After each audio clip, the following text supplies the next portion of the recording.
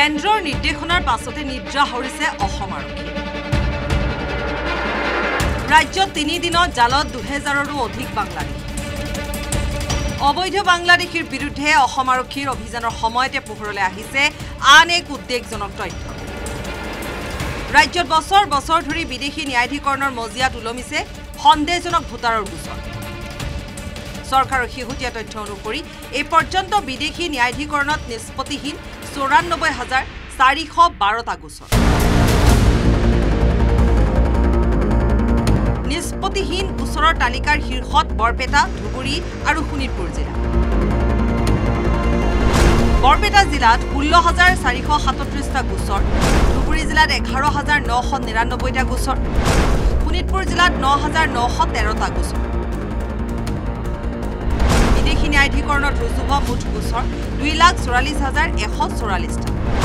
ইয়াৰে 1,54,818টা গোচৰ নিষ্পত্তি হৈছে এতিয়াও বাকি 94,412টা গোচৰৰ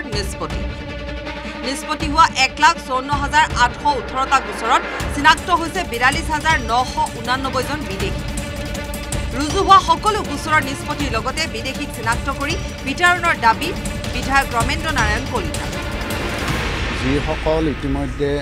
বিদেশী বুলি চিনাক্তকৰণ হৈছে সেই সকলকহে ইতিমধ্যে আমাৰ ৰাজ্য চৰকাৰে বিতৰণৰ ব্যৱস্থা গ্ৰহণ কৰিছে বিদেশী যি বিদেশী ইয়াৰ পৰা বিতাৰিত হ'বই লাগিব ইয়াত কোনো প্ৰশ্ন উঠিব নোৱাৰে সকলো ৰাজনৈতিক দলে বিদেশী বিতৰণৰ ব্যৱস্থা গ্ৰহণ কৰিছে মই ভাবো এই ক্ষেত্ৰত সকলোৱে সহযোগিতা প্ৰদৰ্শন কৰাটো মই ভাবো ইফালে চৰকাৰে চলোৱা অভিযান সঠিক নহয় বুলি অভিযোগ এআৰডিএফৰ বিধায়ক ৰফিকুল ইছলাম আৰু আমিনুল ইছলাম